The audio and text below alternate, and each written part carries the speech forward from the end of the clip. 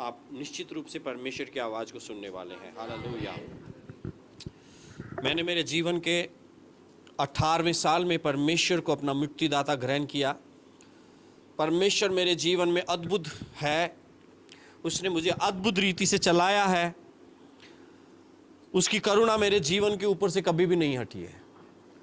ऐसा होता है कि जब हम जीवन के नए सीजन में प्रवेश करते हैं, नए सीजन से मेरा मतलब है जब हम नए वातावरण में प्रवेश करते हैं। फॉर एग्जाम्पल, एक लड़का है, फिर उसकी शादी होती है, वो तो एक नए सीजन में प्रवेश करता है। उसकी लाइफ में बहुत कुछ चेंज होता है, दोनों की लाइफ में, पति पत्नी दोनों की लाइफ में। पहले वो अकेला था, अब वो अकेला नहीं है, अब उसकी रिस्पॉन्सिबिलिटी हो गई है, कुछ ज़्यादा हो गई है। फिर जब बच्चे होते हैं, जब नौकरी लगता है, जब एक जगह से दूसरी जगह शिफ्ट होते हैं, ये सीजन्स हैं। तो जब जब हमारी लाइफ में सीजन चेंज होता है, परमेश्वर सीजन्स को चेंज करता है, हम अपने आप को उस वातावरण में ढालते हैं और कहीं ना कहीं हम जो कीमती समय परमेश्वर के साथ बिताते हैं उसमें कॉम्प्रोमाइज करते हैं सबसे पहले।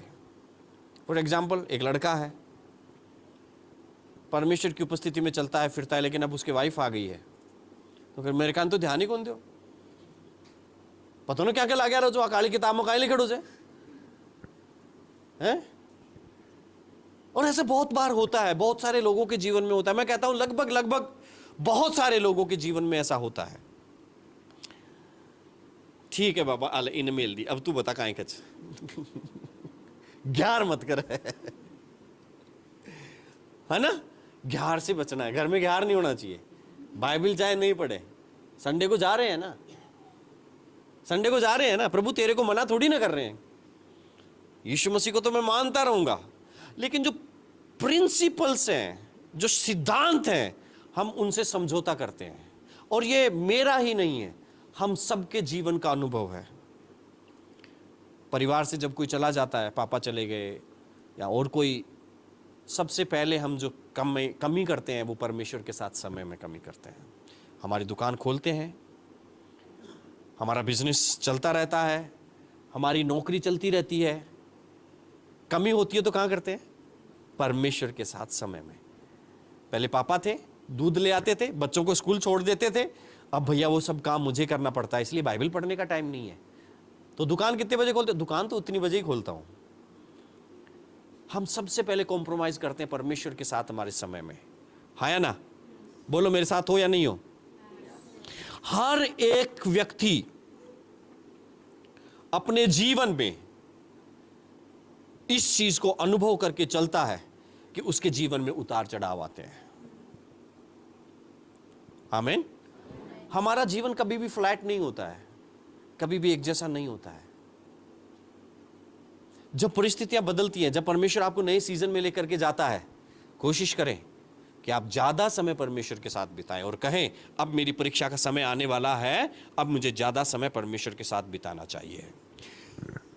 आप जितना समय एकांत में बिताते हो, मेरी बात ध्यान से सुनो, आप जो समय और जितना समय एकांत में बिताते हो, उस समय में आप क्या कर रहे हो, ये चीज आपके फ्यूचर को निर्धारित करती है। मैं दोबारा बोलना चाहता हूं, जब आप अकेले हो, कोई देखने वाला नहीं है, उस समय आप अपना समय काय में बिता रहे हो, किस चीज में बिता रहे हो, वो आपका फ्यूचर है। आमीन, हालेलुया। हर एक के जीवन में सीक्रेट प्लेस होता है, सीक्रेट टाइम होता है, सीक्रेट थिंग्स होती है, हर एक व्यक्ति के जीवन में होती है। कोई भी व्यक्ति यह नहीं कह सकता कि मेरे जीवन में कोई भी छुपी हुई चीज नहीं है। हर एक के जीवन में एक पार्ट ऐसा होता है जो छुपा हुआ है, जो न तो उसकी पत्नी जानती है, न उसका पति जानता है, न उसके बच्चे जानते हैं, न उसके क्लोज फ्रेंड्स जानते हैं। एक हिस्सा होता है रिजर्व्ड, जिसमें हम किसी को भी घुसने नहीं देते हैं। उस हिस्से में क्या रखा हुआ है? वो आपका फ्यूचर है। हालेलुया। घर में कोई नहीं है, सब रक्षाबंधन पे गए हुए हैं, अब आप 2 दिन के लिए अकेले हो, आप क्या करोगे? वो आपका फ्यूचर है। रात को 11 बज गए हैं, आप अकेले कमरे में हो, दरवाजा अंदर से बंद है, आराम से पंखा चला के सो रहे हो, आप क्या कर रहे हो? वो आपका फ्यूचर है। हालेलुया। आप मेरे साथ हैं? एक व्यक्ति सीक्रेट प्लेस में, छुपी हुई जगह में, एकांत में जो समय बिताता है, वो उसके फ्यूचर को निर्धारित करता है। और हर एक व्यक्ति के जीवन में सीक्रेट्स होते हैं, है ना? हर एक व्यक्ति के जीवन में छुपी हुई बातें होती हैं जो आप छुपा रहे हो। मेरी बात ध्यान से सुनो, आप नोट्स बना सकते हैं। जो बात आप छुपा रहे हो वो आपका फ्यूचर है। जो बात आप खड़े होकर प्रचार कर रहे हो और जो बात सबको पता है, वो आपका फ्यूचर नहीं है। लेकिन जो वास्तव में आप छुपा रहे हो, जिसको किसी के साथ शेयर नहीं कर रहे हो, वो आपका फ्यूचर है। हालेलुया। समझ में आ रहा है क्या? समझ में आ रहा है क्या? बाइबल में से बहुत सारे उदाहरण हैं, लेकिन मैं 2 उदाहरण आपके सामने पेश करना चाहता हूं आज की सुबह। ये दोनों ही उदाहरण यहोशू की किताब से लिए गए हैं। आइए हम यहोशू की किताब में चलें।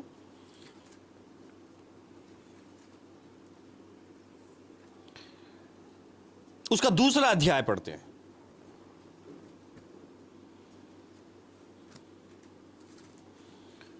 यहोशू की किताब, उसका 2रा अध्याय, और वहां पे एक औरत का जिक्र है। क्या नाम है उस औरत का? जिसने गुप्तचरों को छुपा लिया था। बोलो राहाब। बोलो राहाब। हुआ क्या था? मूसा मर गया है और यहोशू के नेतृत्व में ये लोग अब आगे बढ़ रहे हैं, और यहोशू ने कुछ गुप्तचरों को, कुछ जासूसों को, कौन सा नगर है ये, कौन सा शहर है ये जहां पे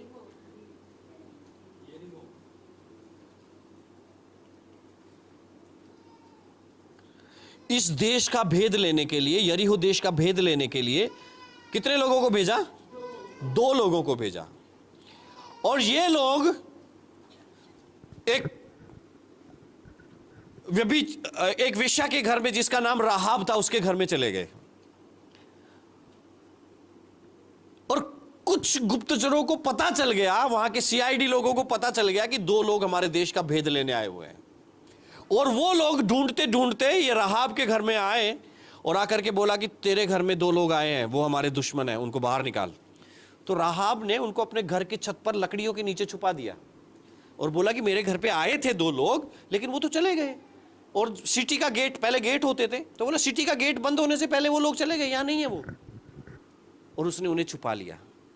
और जब वो ढूंढने वाले चले गए, तब उसने उन्हें निकाला और बोला कि देखो, मुझे पता है तुम्हारा परमेश्वर शक्तिमान परमेश्वर है और हमारा देश उसने तुम्हारे हाथ में दे दिया, लेकिन मेरे से एक वायदा करो कि जब तुम लोग आओगे तो मुझे नहीं मारोगे और मेरे घराने को नहीं मारोगे। तो उन्होंने ठीक है, तूने हमें बचाया है और हम सकुशल जा रहे हैं और हम इस देश पर कब्जा करने वाले हैं। लेकिन सुन, एक लाल डोरी सूत की बांध के रखना खिड़की पे, और जब वो सूत की डोरी हमें दिखेगी तो इस घर में चाहे कोई भी हो, हम उसको नहीं मारेंगे। राहाब ने कुछ छुपा के रखा था जो उसने किसी को नहीं बताया, और ये चीज जो उसने छुपाई थी उसके और उसके घराने के लिए जीवन का कारण हो गई। जब आप यीशु मसीह की वंशावली पढ़ेंगे, यिशै का पुत्र दाऊद, यिशै का बाप और उसका बाप राहाब से पैदा हुए थे, क्योंकि उसने कुछ सीक्रेट रखा था। और वो सीक्रेट कैसा था? अच्छा वाला सीक्रेट था। बोलो अच्छा वाला। हमारा सीक्रेट अच्छा और बुरा दोनों हो सकता है, लेकिन अच्छा सीक्रेट आपको अच्छा भविष्य देता है, और बुरा सीक्रेट हमारे और हमारे घराने के पतन का कारण हो जाता है। राहाब ने कुछ छुपा के रखा था। और एक और व्यक्ति के बारे में हम वहां पे पढ़ते हैं। ये राहाब जो वेश्या थी, जो किसी काम की नहीं थी, समाज में जिसकी कोई इज्जत नहीं थी, परमेश्वर ने इस सीक्रेट के कारण से, इस छुपी हुए चीज के कारण से जो उसने लोगों से छुपाई थी, किसी को नहीं बताई उसने, है ना, इसके कारण से परमेश्वर ने उसे मिट्टी में से उठा करके और कहां खड़ा किया? घूरे पर। हमारा परमेश्वर मिट्टी को उठा करके घूरे पर खड़ा करता है, मिट्टी से उठा करके स्वर्गीय स्थानों में बैठाता है। हालेलुया। और परमेश्वर ने राहाब के साथ ऐसा ही किया। हमारे जीवन की तुलना हम यहां पे कर सकते हैं, है ना। परमेश्वर में क्यों नहीं उठाता है? आप सीक्रेट में क्या कर रहे हो भाई? आप संडे को तो अच्छी बातें करते हैं, लेकिन जब आप अकेले होते हो रात को 11 बजे क्या कर रहे हो? जो पार्ट आपके कोई नहीं जानता है, उस पार्ट में क्या भरा हुआ है, वो आपका फ्यूचर है। यू नो, आप, हमारे पास एक अलमारी है। अलमारी में क्या है किसी को पता नहीं है। हालेलुया। आज समय है आप उस अलमारी को खोलें और उसमें अच्छी चीजें रखें। अलमारी खुले तब बदबू नहीं आनी चाहिए। आपके फोन की हिस्ट्री डिलीट करने की जरूरत नहीं पड़नी चाहिए जब आप किसी को अपना फोन दो। मैं आपको बताऊं, जब आप अलमारी में अच्छी चीजें रखोगे ना, तो आपको पहले बुरी चीजें निकालनी पड़ेंगी। घर की सफाई कैसे करते हैं? अभी अक्टूबर में सब लोग धूम सा झाड़ेंगे, हैं? धूम सा झाड़ रहा था, आ जाओ भैया धूम सा झाड़ा। आप सामान को वहीं रखे रखे घर को साफ नहीं कर सकते हो। आपको पहले घर को खाली करना पड़ेगा, है ना। आज की सुबह मेरी निवेदन है आपसे, अपने आप को खाली करना है, बुरी चीजों को निकालना है। उसके साथ आप अच्छी चीजों को नहीं रख सकते हो। आप हाँ हाँ और ना ना एक साथ नहीं कर सकते हो। आप दो नावों पे पांव रख के सवारी नहीं कर सकते हो। आप संसार के शैतान, संसार के सरदार और परमेश्वर की सेवा एक साथ नहीं कर सकते हो। और बाइबल में लिखा है आप 2 टेबल में से खाना नहीं खा सकते हो। हालेलुया। यह आपका निर्णय है, यह आपका डिसीजन है। कोई भी व्यक्ति जब तक आप उसे नहीं बताएंगे आपके सीक्रेट प्लेस को देख नहीं सकता है ना। कोई नहीं देख सकता, लेकिन वही है आपका असली फ्यूचर, वही है आपका असली भविष्य। एक और व्यक्ति का जिक्र है यहोशू की किताब में, और वो मिलता है यहोशू के 7वें अध्याय में। जब इन लोगों ने यरीहो को ले लिया,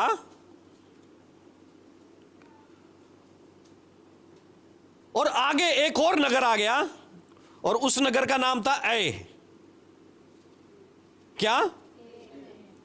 और जब ऐ नगर को लेने के लिए जा रहे थे, और वहां पे उन्होंने गुप्तचर भेजे, और गुप्तचरों ने आकर के भेजा कि पूरे लोगों को जाने की जरूरत नहीं है, वो तो थोड़े से ही लोग हैं, 3-1 लोग, जाओ और जीत लोगे।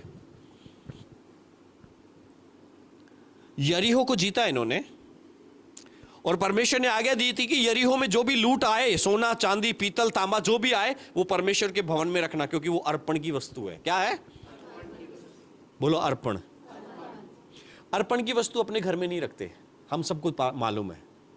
अगर कभी किसी को बोल दिया ना कि मैं ये चढ़ाऊंगा, है ना, पुराने टाइम में, मुझे पता नहीं आजकल करते हैं कि नहीं करते, जब हम छोटे थे तब चढ़ाते थे।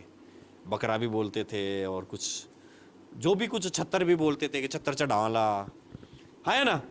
आज भी करते हैं क्या? क्योंकि हमको वो बहुत दिन हो गए किए हुए। हमारे टाइम में करते थे। स्वामणी तो करते हैं ना, अभी भी बोलते हैं ना। तो वैसे ही वो अर्पण की वस्तु है ना, अर्पण की वस्तु है। तो जो चीज अर्पण की वस्तु हो गई, फॉर एग्जाम्पल अगर मैं कहूं प्रभु जी मेरा ये काम सिद्ध हो जाए तो मैं ये चढ़ाऊंगा, तो अब ये मेरा नहीं है, ये किसका है? ये जिसके लिए मैंने बोला है उसका, ये अर्पण की वस्तु है, राइट। परमेश्वर ने बोला कि जब तुम यरीहो नगर को ले लो तो जो कुछ उसमें लूट मिले वो परमेश्वर के भवन की है, तुम्हारी नहीं है, उसमें से कुछ भी मत रखना, सब कुछ परमेश्वर को लेके आना। ठीक है। अब जब आप 7वां अध्याय पढ़ेंगे तो वहां पे कुछ गड़बड़ हो गई। ये लोग ऐ नगर को लेने के लिए जा रहे थे, ऐ नगर ही है ना, और वहां पे देखा कि वहां ज्यादा लोग नहीं है, यरीहो से तो बहुत कमजोर लोग हैं, कम लोग हैं। तो इन्होंने आकर के, गुप्तचरों ने, CID वालों ने आकर के बोला कि सबको जाने की जरूरत नहीं है, 3-1000 लोग जाओ और जीत लोगे। तो ये 3-1000 लोग गए, तो लेकिन वहां पे लिखा है कि ऐ के लोगों ने उनको इतनी जोर से मारा कि ये लोग भाग गए और 36 लोग वहां पे मर गए उस दिन। ऐसा नहीं होना चाहिए। तो ये लोग रोने लग गए कि परमेश्वर हमें मारने के लिए लेके आ गया। ऐसा हमारे साथ क्यों हुआ? यहोशू परमेश्वर के पास बैठने वाला व्यक्ति था, उसका सक्सेस इसमें था कि वो अपना सीक्रेट टाइम परमेश्वर के साथ बिताता था। तो वो गया परमेश्वर के साथ, प्रभु ऐसा कैसे हुआ, ऐसा तो होना नहीं चाहिए। तो परमेश्वर ने बताया कि तुम्हारे डेरे में पाप है, सबको खड़ा करो। तो सब लोग खड़े हो गए गोत्र गोत्र के अनुसार। और किसका गोत्र पकड़ा गया?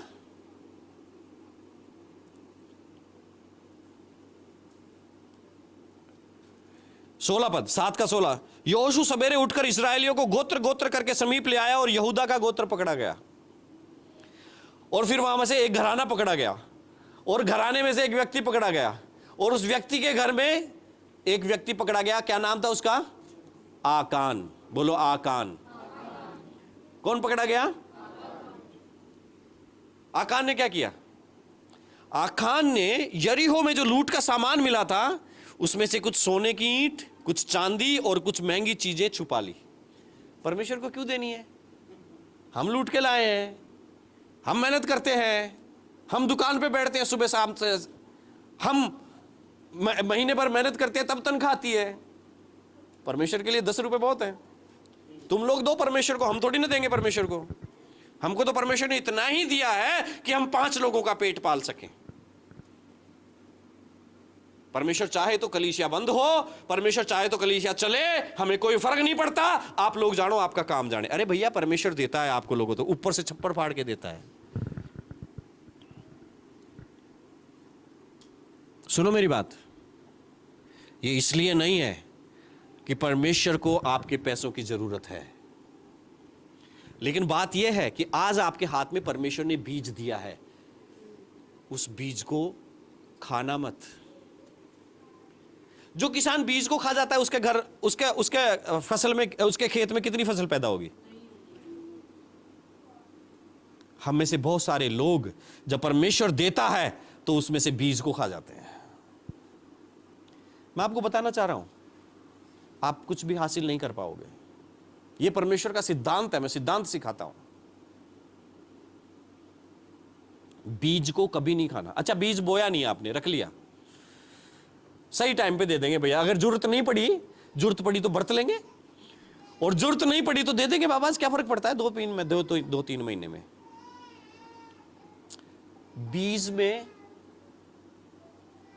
घुन लग जाएगा, इल्ली लग जाएगी। बाइबल में लिखा है, हे धनवानों, अपने धन के लिए रो, क्योंकि उसमें काई लग गई है। आपको पता है धन में काई लगती है, वो किसी काम का नहीं है, न तो आपके काम न तो लोगों के काम। आपको पता है धन में काई लगती है। लोगों के पास धन है लेकिन वो खा नहीं सकते, न लड्डू खा सकते हैं,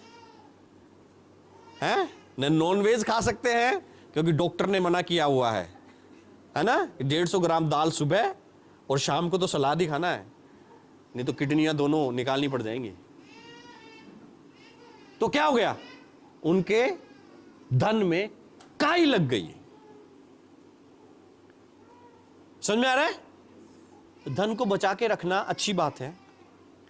परमेश्वर हमें देता है ताकि हम स्टोर करें, लेकिन प्रियो, बीज अलग चीज है।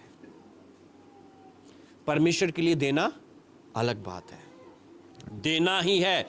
और जितना बोओगे उतना काटोगे। हालेलुया। भैया हमने बोया था, कब बोया था? 3 महीने पहले। अच्छा, अगर आप आज जिम जाओगे तो बॉडी कब निकल के आएगी? 2 महीने में? 1 साल लग जाते हैं भैया। आप जो बो रहे हो उसका फल आपको कब मिलेगा? जब वो बड़ा होगा पेड़ और उसमें फल लगेंगे। वो एक रात का काम नहीं है, एक रात का काम नहीं है। ये चक्र है। आप एक चैनल हो। बरसात का पानी, बारिश शुरू होने से पहले आपको पाइपलाइन साफ करनी पड़ती है। नहीं करोगे तो क्या होगा? कचरा फंस जाएगा, बारिश का पानी ऊपर भर जाएगा।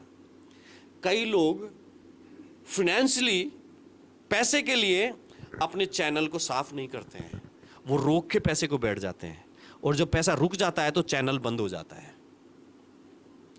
फिर वो चैनल फ्लो नहीं करेगा। अब क्या होगा? छत भर गई, छत को खतरा हो सकता है। इसलिए चैनल चलना चाहिए। समझ में आ रहा है? समझ में आ रहा है क्या? मैं विश्वास योग्य ठहरने के लिए मैं नुकसान उठा लेता हूं, लेकिन क्योंकि मेरे भरोसे कोई आदमी वहां पे सेवा कर रहा है और उसको पता है कि मेरे बच्चों की फीस तब जाएगी जब जयपुर से हेल्प आएगी, मेरा मकान का किराया तब जाएगा जब जयपुर से हेल्प आएगी। तो प्रियो, देना है तो विश्वास योग्यता के साथ देना है, नहीं देना है तो आप जानो, आपका काम जाने, मैं उसके लिए रिस्पॉन्सिबल नहीं हूं। परमेश्वर ने आपको दिया, आपने बीज को खा लिया, मैं जिम्मेदार नहीं हूं, आप जिम्मेदार हो। आमीन? समझ रहे हो? जो कुछ दे रहे हो विश्वास योग्यता के साथ। मुझे पता है जब से हमने सेवा शुरू की है 2018 से, कई लोग विश्वास योग्यता के साथ दे रहे हैं, लेकिन उनका बीज बढ़ा नहीं, उनका बीज बढ़ा नहीं। जितना उन्होंने शुरू से किया था आज भी उतना ही दे रहे। उसके पीछे मुझे लॉजिक समझ में आता है, मुझे कारण समझ में आता है, क्योंकि उनकी इनकम नहीं बढ़ी, परमेश्वर ने उनको कर्जे से छुड़ाया है। उसी पैसे में, जिस पैसे को वो पहले कमाते थे, प्रभु में आने के बाद भी उनके हाथ में महीने में उतना ही रुपया आ रहा है, लेकिन उस रुपए में बरकत आई है, उनका कर्जा गया है, उनके बच्चों की अच्छी फीस भरी गई है, उनके पास पहनने को अच्छा है, उनके पास सब चीज है, लेकिन कमाई नहीं बढ़ी है। मुझे समझ में आ रहा है, क्योंकि कमाई नहीं बढ़ी है इसलिए उन्होंने देना भी नहीं बढ़ाया है। समझ में आता है? लेकिन मुझे यह समझ में नहीं आ रहा कि जब परमेश्वर आपको बढ़ा रहा है, आपकी फाइनेंशियल स्टेटस बढ़ रही है, आप पहले कम कमाते थे अब ज्यादा कमा रहे हो, तो जो मेरे पास आना चाहिए वो कम क्यों है? और उसमें भी फिर कई महीने में क्यों नहीं आता है? भैया इस बार थोड़ा ज्यादा खर्चा हो गया। हां, जब जब आप आगे बढ़ोगे तब तब ज्यादा खर्चा होता रहेगा। पहले आप बस में जाते थे, फिर आपने 2 व्हीलर लिया, फिर आपने 4 व्हीलर लिया, अब आपके बच्चों के पास अलग 2 व्हीलर्स हैं, तो खर्चा तो बढ़ेगा, लेकिन देने का लेवल कम कर रहे हो आप। इसका मतलब क्या है कि घर में खाने वालों की तो संख्या ज्यादा हो गई, लेकिन बीज आप कम बो रहे हो। तो कुछ दिनों में आपके खेत की उपज कम होने वाली है। मैं वार्निंग दे रहा हूं आपको, क्योंकि आपको जितना बीजना चाहिए था उतना नहीं बीज रहे हो। लेकिन होना क्या चाहिए था कि जैसे हमारी कमाई बढ़ रही है हम बीज ज्यादा डालें। आमीन, हालेलुया। तो यहां पे एक आकान है, ये देने के बारे में एक दिन का एक मैं सेमिनार करना चाहता हूं, किंगडम फाइनेंस के ऊपर। हमें करना चाहिए क्या? किंगडम फाइनेंस की परमेश्वर कैसे देता है और देने का सिद्धांत क्या है और परमेश्वर से लेने का सिद्धांत क्या है। हम एक बार इस पे सेमिनार करेंगे, प्रार्थना करें कि जल्दी हम इस पे सेमिनार करें। एक दिन का काफी है, वैसे तो 2 दिन का होना चाहिए, लेकिन हम एक दिन में कर देंगे इसको, जरूरी बातों को बता के। तो यहां पे आकान ने क्या किया कि जो चीज परमेश्वर को भेंट चढ़ानी थी उनको अपने डेरे में लाके छुपा लिया, और जब ये पकड़ा गया तो इसने बोला मेरे डेरे में है, और सबसे नीचे चांदी है, जाके निकाल लो। लोग गए, उन्होंने जब खोदा उसके डेरे को तो वहां पे मिला। बाइबल में लिखा है कि जब कोई अर्पण की वस्तु रखता है तो वो खुद अर्पण की वस्तु हो जाता है। आमीन? समझ में आ रहा है? मेरी तरफ ध्यान से देखो। मान लीजिए ये अर्पण की वस्तु है, तो मैंने इसको अलग रखना है परमेश्वर के लिए, लेकिन अगर मैंने इसको अपने लिए ले लिया तो अब मैं खुद अर्पण की वस्तु हो गया हूं। पहला शमूएल की किताब पढ़ लेना। शाऊल राजा जब चुना गया तो उसको जब भेजा कि तू जाके उस राजा को तहस नहस कर देना, उसमें से सब कुछ को नष्ट कर देना, लेकिन उन्होंने क्या किया? अच्छे अच्छे गाय बैल भैंस ये रख लिए। तो परमेश्वर ने बोला कि तुमने अर्पण की वस्तुओं को रखा है, इसलिए तुम खुद अर्पण की वस्तु हो गए हो। तो अगर आप परमेश्वर को देने वाली चीजें अपने पास रख लेते हो तो परमेश्वर को अब वो चीज नहीं चाहिए, आप खुद चाहिए। आप खुद बीज हो गए हो। आमीन। तो क्या करना है? अगर दे नहीं रहे हो तो अपना जीवन लेकर के प्रभु के पास आ जाओ। प्रभु मैंने किया, अब मैं तेरे लिए अर्पण की वस्तु हूं, मुझे ग्रहण कर। फिर देखो वो आपको कैसे बढ़ाता है। ये ऐसा नहीं है कि आपने कुछ बार गलती कर दी और फिर परमेश्वर आपको नष्ट कर देगा, नहीं। उसके आगे है, अगर आपने नहीं दिया है तो अपने आप को अर्पण करो। प्रभु जो मैंने नहीं किया वो तेरे लिए अब करूंगा मैं। आमीन, हालेलुया। यहां पे आकान जब पकड़ा गया तो इन लोगों ने क्या किया? आकान को लेकर के गए, तराई में लेकर के गए और उसको घराने समेत जो कुछ उसका था, पशु, जानवर, सामान, डेरे, पहनने के कपड़े, जूते, सब कुछ, सोना चांदी, सब कुछ ला करके और वहां पे पत्थरों से उसको ढक दिया। मार मार के पत्थर उसको मार दिया। क्योंकि परमेश्वर को चढ़ाने की चीज रखने के लिए कोई भी इंसान सही नहीं है। आमीन, समझ में आ रहा है? इसने कुछ छुपाया, राहाब ने कुछ छुपाया जो जीवन देने वाला हो गया, और आकान ने कुछ छुपाया जिसकी वजह से उसका पूरा परिवार नष्ट हो गया। आप क्या छुपा रहे हो? सीक्रेट में क्या चल रहा है? ये आपको बढ़ाएगा, आपको नष्ट करेगा। इसलिए सामने चाहे हम झूठ बोलें, चाहे हम सही बोलें, लेकिन सीक्रेट में आप क्या कर रहे हो उसका महत्व है। हालेलुया। इसलिए मेरे से जब भाई साहब पूछते हैं, कई लोग पूछते हैं कि भैया हम लोग तो विश्वास करते फिर हमारे साथ ऐसा क्यों, तो मेरा जवाब होता है मैं नहीं जानता आपके अंदर क्या चल रहा है। आप किसी के बारे में बोल सकते हो क्या कि उसका विश्वास में जानता हूं? नहीं, आप मेरे को भी नहीं जानते। दूसरे के बारे में क्या कह सकते हो? आपके घर में रहने वाले आपके पत्नी को, आपके पति को आप नहीं जानते उसके अंदर क्या चल रहा है। और वही चीज है जो आपको घटाती है और बढ़ाती है। हालेलुया।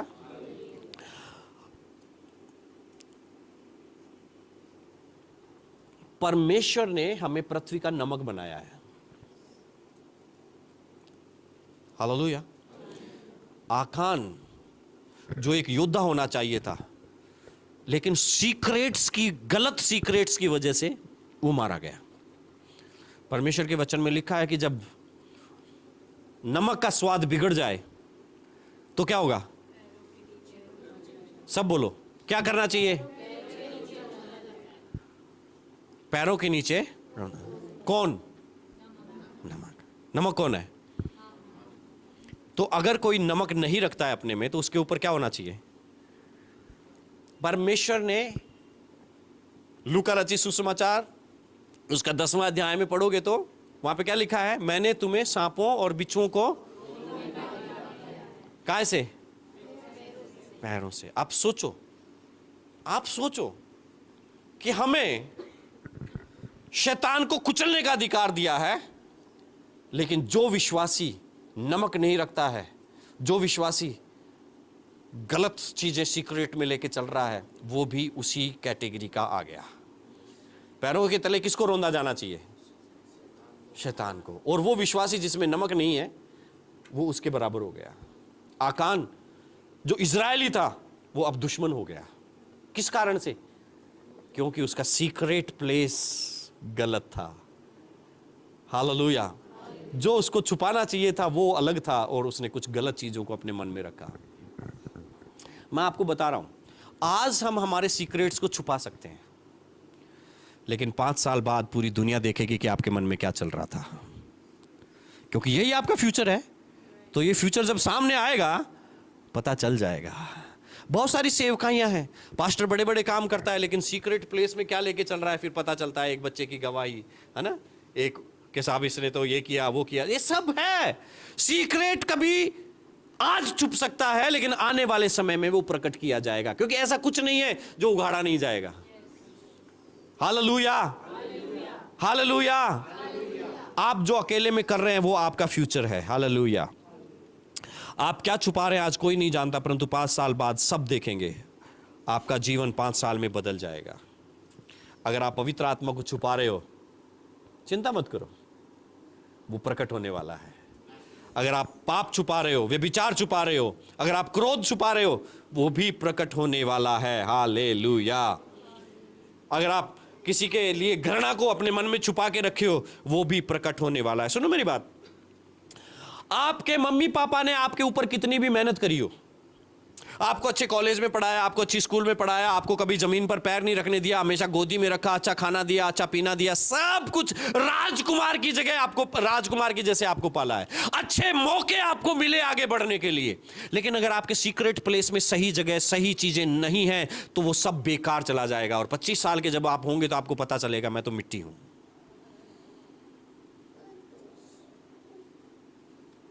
मेरी बात ध्यान से सुन रहे हो? कितने लोगों को समझ में आई? आपके मम्मी पापा, बच्चों ध्यान दो, आपके मम्मी पापा आपके जीवन के ऊपर खर्च कर रहे हैं, आपके लिए मेहनत कर रहे हैं।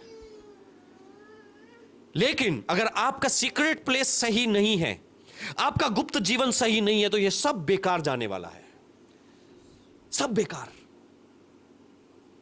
हम कुछ नहीं कर सकते मम्मी पापा होकर के बच्चों के लिए, अगर उनका सीक्रेट प्लेस में गलत चीजें भरी हुई है तो। समझ में आ रहा है? समझ में आ रहा है? यही हर एक जीवन की कहानी है। आपकी पत्नी, आपके पति जो आपके लिए मेहनत कर रहा है, वो सब बेकार है अगर आपका गुप्त जीवन सही नहीं है तो।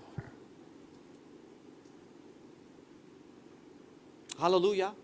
कुछ देर परमेश्वर के सामने आए, अपने अपने आप को समर्पण करें, अपनी अलमारी को खाली करो। आज की शाम, आज की सुबह अपनी अलमारी को खाली करो, अपने गुप्त जीवन को सुधारो, कुछ कमिटमेंट करो परमेश्वर के सामने।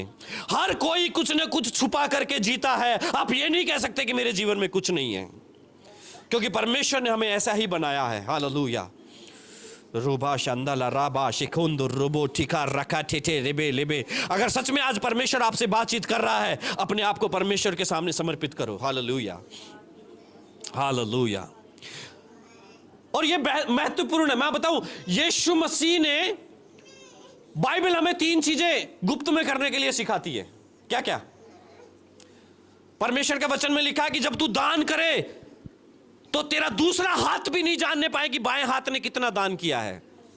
जब तू दाएं हाथ से दान करे तो तेरे बाएं हाथ को पता नहीं चलना चाहिए। तो दान कहां देना चाहिए? गुप्त में। आमीन। गुप्त में दान देना चाहिए। अगर आपको प्रतिफल चाहिए तो, अगर आप ढिंडोरा पीट के और YouTube पे, Facebook पे डाल के दान दे रहे हो तो आपको प्रतिफल मिल चुका हो। परमेश्वर से आपको कोई भी प्रतिफल नहीं मिलने वाला है। समझ में आ रहा है? तो परमेश्वर 3 चीजें हमें गुप्त में करने के लिए बोलता है। क्या क्या? दान गुप्त में देना चाहिए, प्रार्थना गुप्त में करना चाहिए, और उपवास जब आप करो तो ढिंडोरा मत पीटो। आजकल रिवाज चल गया 21 दिन की फास्टिंग प्रेयर। हमारे साथ जुड़ जाओ, ऑनलाइन जुड़ रहे हैं, ऑनलाइन प्रेयर कर रहे हैं, उनको कुछ भी प्रतिफल मिलने वाला नहीं है, क्योंकि परमेश्वर का सिद्धांत है, जब तू दान करे तो गुप्त में कर, जब तू प्रार्थना करे तो गुप्त में कर। पढ़ना मत्ती 6:6 जोर से, जल्दी से।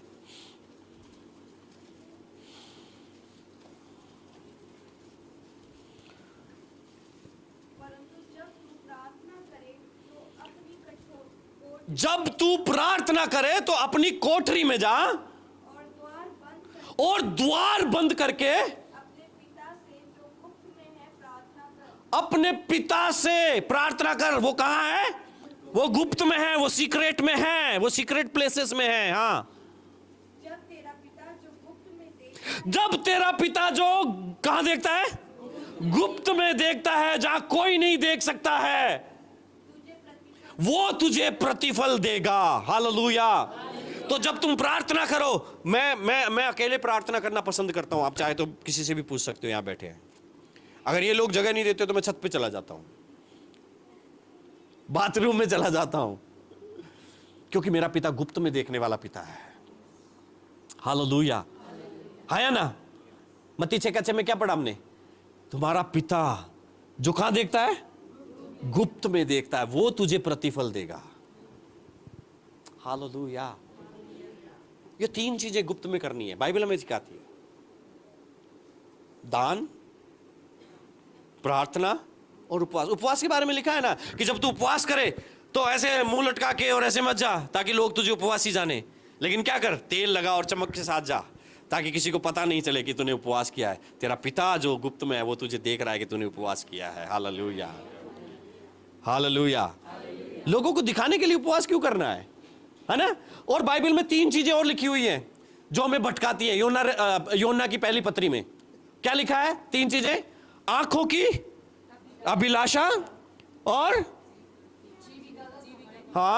और शरीर की अभिलाषा। आंखों की अभिलाषा, शरीर की अभिलाषा और जीविका का घमंड। इंग्लिश में ऐसे लिखा है, लस्ट ऑफ आईज, आंखों का व्यभिचार, और ग्रीड ऑफ योर बॉडी, आपके शरीर का लालच, और तीसरी बात, प्राइड ऑफ योर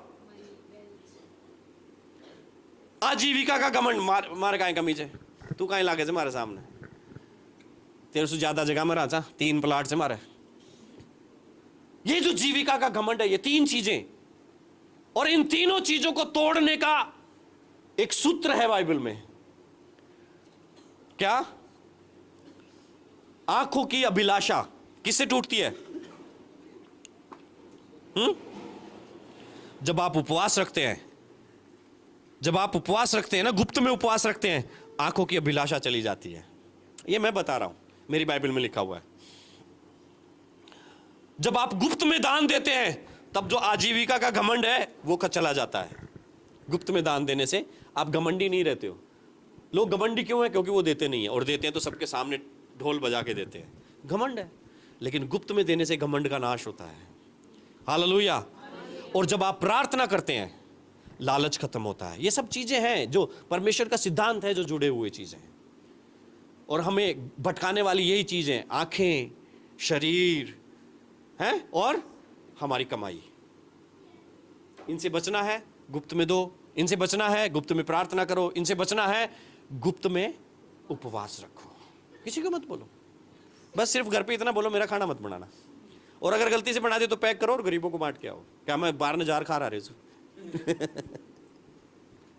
हालेलुया। उत्पत्ति 1:11 में से कुछ चीजों को मैं बता करके समाप्त करना चाहता हूं। हम हमारे इस उपदेश के बहुत ही महत्वपूर्ण समय में आ गए हैं। अगर आप पढ़ना चाहें तो पढ़ सकते हैं। उसका 11 पद से 12, 13, 14, 15 तक आप पढ़ सकते हैं। अभी जरूरत नहीं है पढ़ने की, आप घर जाके पढ़ लीजिएगा। परमेश्वर ने वहां पे सृष्टि के बारे में लिखा है। 11वां पद में लिखा है, उत्पत्ति 1:11 में लिखा हुआ है कि परमेश्वर ने जमीन से हरी घास और पेड़ पौधे उगाए, फलदायी वृक्ष। काहे से उगाए? जमीन। बोलो, जमीन से, भूमि से।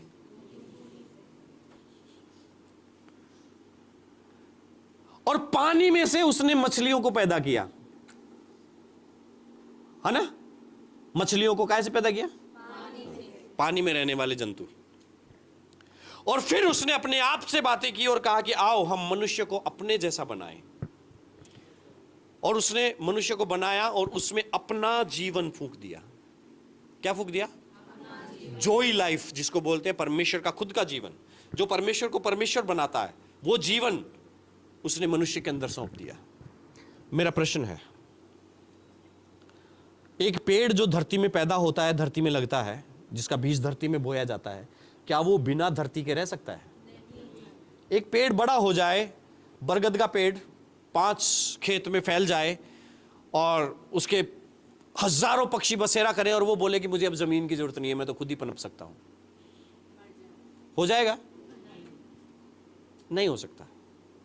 एक आम का पेड़ है, उसके खूब मीठे मीठे आम लग रहे हैं, है ना? और पूरे पत्ते की जैसे आम लग रहे हैं, वो मैं अब तो खूब फल ला रहा हूं, अब मुझे धरती की जरूरत नहीं है। हो सकता है? जो चीज परमेश्वर ने जिससे पैदा करी है उसका उसमें बने रहना जरूरी है, नहीं तो वो मर गई। हालेलुया। इस बात को, इस सिद्धांत को समझना है आपको। परमेश्वर ने जिस चीज से पैदा किया है उसका उसमें बने रहना जरूरी है। अगर वो उसमें बनी हुई नहीं है तो वो मर चुकी है। वैसे ही पानी के जीव जंतु, मैं तो अब बहुत बड़ा मत्स्य हो गया, योना को निगल नहीं आता, मैं बिना पानी के रह सकता हूं, रह जाएगा? नहीं। मछली जल की रानी है, जीवन उसका पानी है ना, बाहर निकालो मर जाएगी। और ये सही बात है, उसका जीवन पानी में है। मनुष्य का जीवन परमेश्वर में है। परमेश्वर से कट होके मनुष्य मर जाता है। समझ में आ रहा है? हालेलुया। आपका सीक्रेट का जीवन परमेश्वर के साथ होना चाहिए। हम जिस प्रकार से पेड़ को बाहर से देखते हैं लेकिन अंदर नहीं देखते कि वो कनेक्टेड है, वैसे ही लोग हमारा बाहरी जीवन देखते हैं लेकिन हम अंदर से कहां कनेक्टेड है, वो हमारा मैटर है। जिस समय हमारा सीक्रेट प्लेस परमेश्वर से कट जाएगा, आप समझो हम मृत्यु को प्राप्त कर चुके हैं। इसलिए जहां से हम पैदा हुए हैं, मतलब किससे पैदा हुए हैं? परमेश्वर। जब हम नया जन्म पाते हो तो आप देखिए हमारा जन्म बीज से हुआ है, वचन से हुआ है, यीशु मसीह से हुआ है। हमें वहां जुड़े रहना जरूरी है, उसके बिना हम कुछ भी नहीं कर सकते। योना रची सुसमाचार उसका 15 अध्याय, मैं दाखलता हूं, तुम मेरी डालियां हो, मेरा पिता किसान है, तुम मुझ में बने रहो, तुम बहुत सा फल लाओगे, क्योंकि मुझे में बने रहे बिना तुम कुछ भी नहीं कर सकते। जो डाली मुझ में बनी नहीं रहती है वो और आग में झोंकती जाती है। परमेश्वर में बने रहना बहुत बहुत जरूरी है। हालेलुया। बिना मछली के पानी फिर भी पानी है। बिना पानी के मछली मछली नहीं है, लेकिन बिना मछली के पानी पानी ही है। और बिना पेड़ के धरती नष्ट हो जाएगी क्या? बिना धरती के पेड़ नष्ट होता है। अगर पेड़ नहीं लगना चाहता है तो धरती धरती ही रहेगी। अगर मनुष्य परमेश्वर के साथ मिला हुआ नहीं है, परमेश्वर को कोई फर्क पड़ने वाला नहीं है। परमेश्वर हमेशा परमेश्वर ही रहेगा। इसलिए कई लोग नहीं मानते, हम तो नहीं मानते, तो मत मान। परमेश्वर थोड़ी ना बिगड़ जाएगा तेरे नहीं मानने से, मत मान। लेकिन तू मर गया, परमेश्वर हमेशा जीवित रहेगा। हालेलुया। हमें परमेश्वर चाहिए, हमें परमेश्वर चाहिए। आप जहां से निकले हैं वहां से जुड़े रहना बहुत जरूरी है। और दूसरी बात है, हमें परमेश्वर चाहिए। हालेलुया। देखो,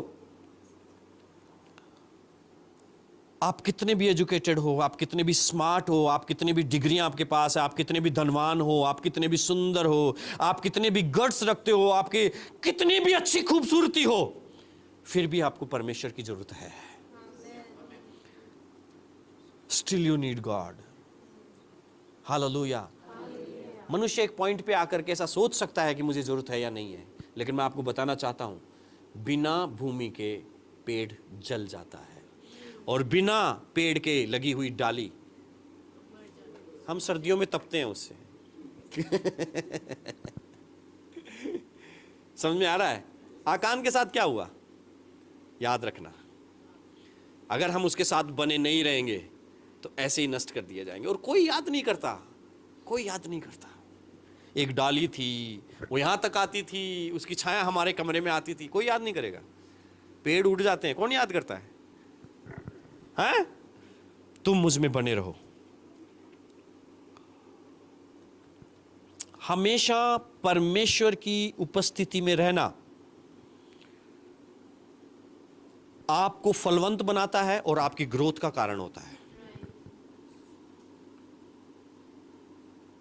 हमेशा परमेश्वर की उपस्थिति में रहना, रोज परमेश्वर की उपस्थिति में आना आपको फलवंत बनाता है और आपकी ग्रोथ का कारण होता है। आप बढ़ते जाएंगे आगे। आपने देखा कई लोग आगे नहीं बढ़ते हैं, वैसे के वैसे 4 साल 5 साल 10 साल तक आप देखोगे, भैया भैया बहन जी प्रार्थना, भैया हमारे लिए प्रार्थना।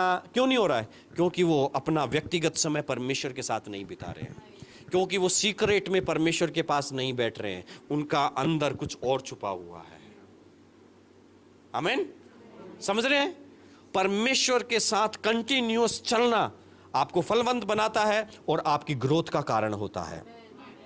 परमेश्वर के साथ समय बिताने की प्रायोरिटी तय करें, इसको प्राथमिकता दें, चाहे कुछ भी हो जाए, बिजली आए या नहीं आए, रोटी बने या नहीं बने, मुझे 1 घंटा प्रार्थना करना है, तो आप उठाओ अपनी बाइबल और अंधेरे कमरे में बैठ जाओ, क्योंकि जो गुप्त में है वो देख रहा है आपको, और ये हमारी सफलता का सूत्र है।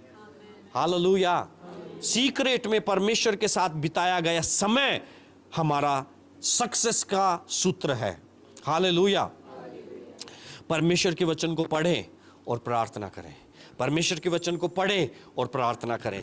ये ऐसे है कि जब आप breathe in word of God and breathe out prayers, जब आप परमेश्वर का वचन को अंदर ले रहे हो और फिर परमेश्वर के वचन की घोषणा कर रहे हो, परमेश्वर का वचन को पढ़ रहे हो और परमेश्वर के वचन की घोषणा कर रहे हो, ये सांस है, यही प्रार्थना है, यही हमारा सीक्रेट जीवन है। Hallelujah, hallelujah. यूट्यूब के विश्वासी मत रहो, सोशल मीडिया के विश्वासी मत रहो। एक अच्छी सी रील आ गई और रेदा रेदा रेदा, आज तो कोई अच्छी सी रील ही नहीं दिख रही भैया, आज तो प्रार्थना का ही मन नहीं कर रहा।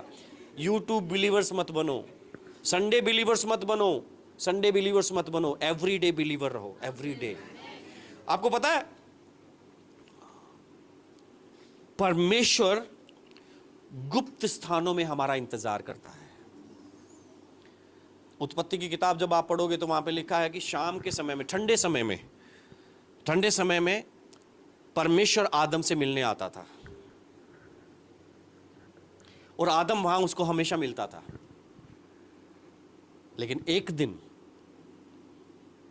परमेश्वर तो आया, आदम छुप गया। कारण पाप, बोलो पाप। क्या परमेश्वर को मालूम नहीं था आज उसने फल खा लिया? परमेश्वर सब कुछ जानता है, लेकिन फिर भी परमेश्वर मीटिंग के निर्धारित समय पर मीटिंग के लिए आया। यह सिद्धांत है बाइबल का। हम 9 बजे के अलार्म भर के और अलार्म को बंद करके और प्रेयर में नहीं जा रहे हैं तो भी परमेश्वर वहां पे आपका इंतजार कर रहा है।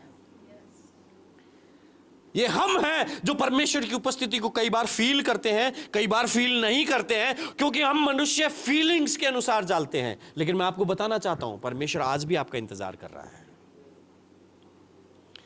पाप में पड़ गया आदम, फिर भी परमेश्वर वहां पे आकर के आवाज लगा रहा है, आदम आदम कहां चला गया तू?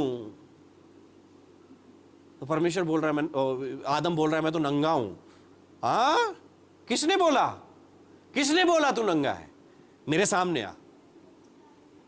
ये हम हैं जो परमेश्वर से छुपते हैं, परमेश्वर हमसे कभी नहीं छुपता है।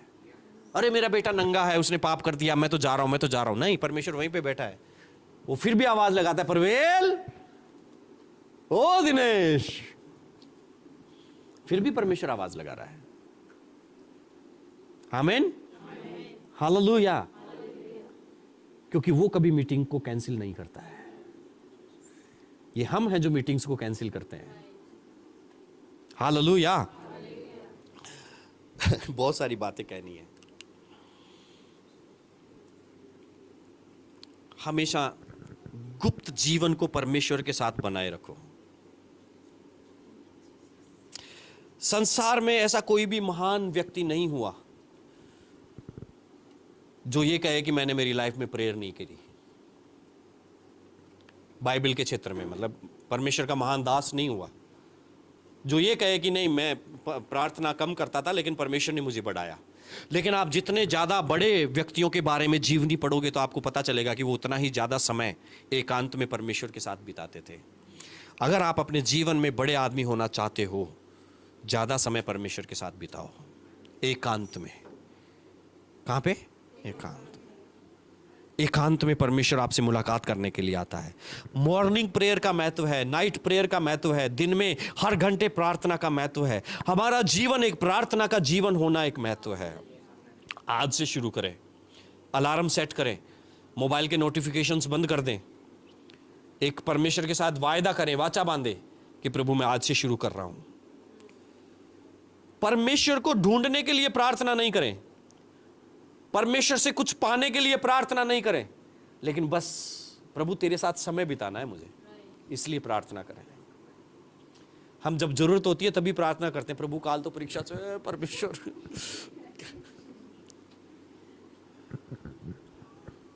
लेकिन परमेश्वर के साथ हमें समय बिताना है, इसलिए हमें प्रार्थना करना है। हालेलुया। हमारे से ज्यादा परमेश्वर चाहता है कि हम उसके नजदीक में जाएं। मैं आपको एक और उदाहरण देना चाहता हूं। मान लीजिए हमारे घर में एक बच्चा है, छोटा बच्चा। नेमा का है ये छोटा बच्चा है। ओ मेरे पता चल गया तू उड़ जाए। देखो, छोटा बच्चा जितना समय माँ बाप के साथ बिताना चाहता है ना, उससे ज्यादा माँ बाप बच्चे के साथ समय बिताना चाहते हैं। है ना? बच्चा है, एक समय आता है जब बच्चा ये कहता है कि अरे यार मम्मी हमेशा मेरे चिपके रहते हो यार। लेकिन माँ और बाप फिर भी ये चाहते हैं कि हमारा बेटा हमारे पास रहे, हमसे बात करे, हमारे साथ रहे। है ना? कौन माँ बाप ऐसा जो कहेगा यार बेटा ने तो पहले रह पाते, मेरे मन कौन करेगी साथ बैठ बाबू? है ना? बोलो ना। हाँ, लेकिन माँ बाप हमेशा बच्चे की उपस्थिति को एंजॉय करते हैं, घर में, अपने आसपास, अपने बिजनेस में, अपनी नौकरी में। है ना?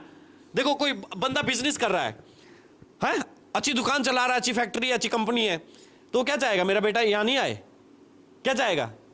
मेरा बेटा आए, देखे मैं कैसे मेहनत करता हूं। है ना? और बेटे क्या चाहते हैं? अरे यार पापा यार कभी तो अलग रहो। है ना? बच्चे ऐसे होते हैं ना? अरे बोलो ना। परमेश्वर हमसे ज्यादा चाहता है कि वो हमारे साथ समय बिताए। बच्चे ये चाहते हैं कि हम दोस्तों के साथ समय बिताएं, और माँ बाप ये चाहते हैं कि बच्चे हमारे साथ समय बिताएं। तो हमारा परमेश्वर पिता ये चाहता है कि मेरे बच्चे मेरे साथ समय बिताएं। ये एकांत का जो समय है ना, ये ऐसा नहीं है कि आप परमेश्वर के साथ समय बिता रहे हो, ये समय ऐसा है कि परमेश्वर आपके साथ समय बिता रहा है। हालेलुया। इसलिए वो आपका इंतजार करता है, इसलिए वो आपके बताए हुए टाइम पर पहले ही पहुंच करके मीटिंग का इंतजार करता है। हालेलुया। ये ऐसा नहीं है कि आपने परमेश्वर को पा लिया, लेकिन ये ऐसा है कि परमेश्वर ने आपको पा लिया। Hallelujah, hallelujah. आपसे ज्यादा परमेश्वर आपका इंतजार करता है। Hallelujah, hallelujah. कभी कभी जब मैं उसकी उपस्थिति को कभी कभी महसूस नहीं करते, लेकिन कभी कभी जब महसूस करते तो मैं पता क्या खाट पे पड़ के कहता हूँ, lord you enjoy me, just enjoy me. बच्चे नहीं होते क्या? बच्चे बस ऐसे सो जाते हैं और फिर इंतजार करते हैं मेरे पापा कब मुझे किस करे। पहले हंसने लग जाते हैं ना, आया ना। बस कुछ समय ऐसा समय बिताओ ना प्रभु के साथ, फील करो कि वो यहाँ पे बैठा हुआ है। आंख बंद करो, daddy just enjoy my presence, daddy मेरी उपस्थिति को आप एंजॉय करो, डैडी मेरे साथ खेलो डैडी। हालेलुया। आंखें बंद करो, आंखें बंद करो, आंखें बंद करो। हालेलुया। रेखो रबा शिंदो लबरहांदा रहा से खेले बेरे के थे। ये आपसे ज्यादा परमेश्वर चाहता है कि वो आपके साथ समय बिताए। हालेलुया। आप उससे पैदा हुए हैं और वो कभी भी आपके बिना रहना ही नहीं चाहता है, वो हमेशा आपके साथ रहना चाहता है। हालेलुया। रहांदो लो रोबो शिखांदा राखाटे रे बेटे। Hallelujah, hallelujah. खोराबाशी खांदा राखा तेरे बेटे। Hallelujah, hallelujah, hallelujah. Thank you Jesus. हम पवित्र होकर के, हर एक पाप से दूर होकर के फिर परमेश्वर के साथ रहेंगे। नहीं, ये नहीं है। जब हम परमेश्वर के साथ रहेंगे तो हर एक पाप से दूर हो जाएंगे। मैं दोबारा बोलूं, ये ऐसा नहीं है कि हम भैया अभी तो मेरे जीवन में कुछ गलतियां हैं, कुछ गंदगियां हैं ना, इनको निकाल के फिर मैं परमेश्वर के पास जाऊंगा। नहीं, जब आप परमेश्वर के पास आएंगे तो ये सब गंदगियां पीछे रह जाएंगी। Hallelujah, hallelujah. Walk with Holi spirit and you will be pure. पवित्र आत्मा के साथ चलो तो आप पवित्र हो जाओगे। आमीन। हम क्या सोचते हैं कि पहले मैं पवित्र हो जाऊं फिर पवित्र आत्मा के साथ चलूं। No no no no. When you walk with the Holy Spirit, He will make you pure. जब आप परमेश्वर के साथ चलेंगे तो वो आपको पवित्र बना देगा। हालेलुया। जब आप उसकी उपस्थिति में रहोगे तब वो आपको पवित्र बना देगा। Hallelujah, hallelujah, hallelujah. आज एक निर्णय करो, आज एक निर्णय करो।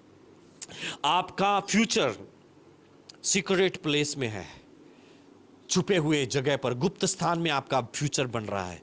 उस गुप्त स्थान को पवित्र करो, उस गुप्त स्थान को परमेश्वर से भरो। Hallelujah, hallelujah. आज ही आप कर सकते हो।